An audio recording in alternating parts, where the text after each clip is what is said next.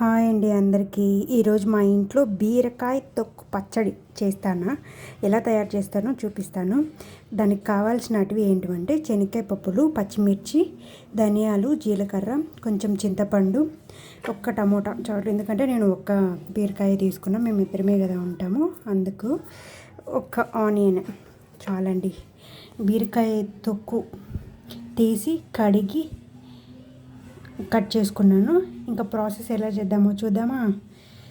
Okay, let start. First stove on చేసుకొని ఒక bowl పెట్టుకున్నా. ఫస్ట్ పప్పులు వేపేసుకున్నాం. ఓకేనా? పప్పులు ఎప్పుడు కూడా సిమ్లో పెట్టి వేపుకుంటేనే పప్పులు టేస్ట్ వస్తాయి. పచ్చడికైనా సరే, దేనికైనా సరే నేను అలానే వేపుకుంటాను. ఎంత టైం అయినా పట్టండి, నాకు ఖచ్చితంగా ఒక 10 minutes అట్లా పడుతుంది. సిమ్లో పెట్టి వేయించుకుంటే అప్పుడే టేస్ట్ బాగుంటుంది. మీరు కూడా అలానే చేసుకోండి. చూసారా,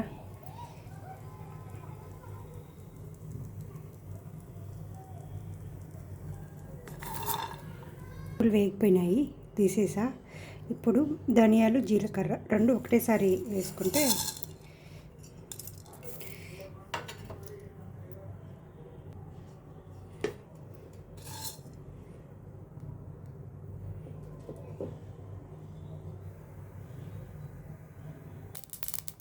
చూసారా చిటపట అంటుంది.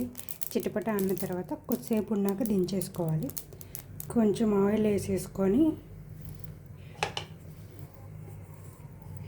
ఫస్ట్ పచ్చిమిర్చి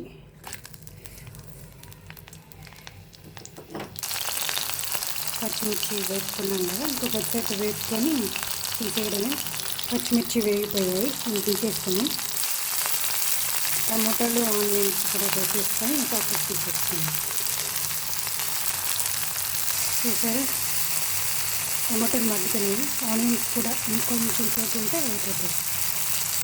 ఇంకొంచెం ఆయిల్ వేసేసుకొని ఫైనలీ బీరకాయలు వేపుకోవడం.